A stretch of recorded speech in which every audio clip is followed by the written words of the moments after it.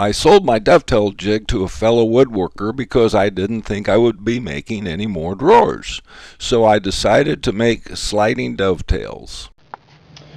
Okay, and making the pre-plow for the dovetail, I wanted to have a router bit that was only about 3/16 of an inch cut, and I happen to have a slot cutter that is 3/16 of an inch, and I wanted to go about 5/16 of an inch deep because the dovetail is 3/8 or 1/2 of the whole 3/4.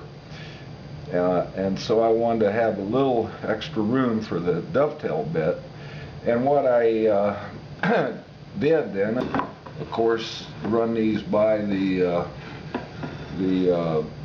slot cutter, and I got the depth that I wanted. Well, you'll notice that I have a dovetail bit in here. I have 3 different types of dovetail router bits, and this one gives me a 3/8 inch depth of cut, so that's what I wanted to use on the drawers because the front and back are 3/4 inches, so that takes it halfway into the front and back.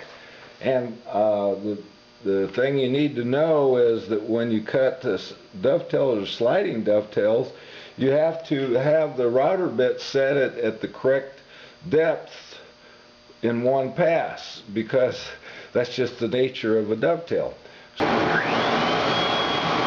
I have the dovetail bit set at the correct height, and the fence is set back so that I put the dovetail socket exactly where I want it.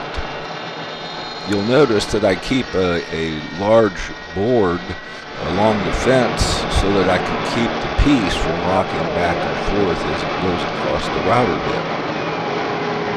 Now it's time to cut the tails, and we'll have to cut on both sides, so we'll have to take it a little bit at a time and then test it out on the other front and back, the sockets we made.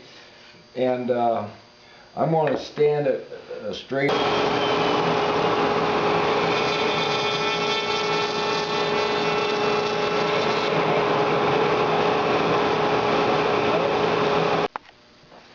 Well, you'll notice that the socket here has got a dovetail in it, and then by taking a little bit off of each side, we finally got it down, I think, to where they'll fit in the socket and make a nice fit. Well, we ought to at least try and see. I think this is reasonably close. Yep, it's reasonably close, so I think we're in pretty good shape. It's that I have sliding dovetails on all 4 corners. For more tips and techniques, please visit provenwoodworking.com.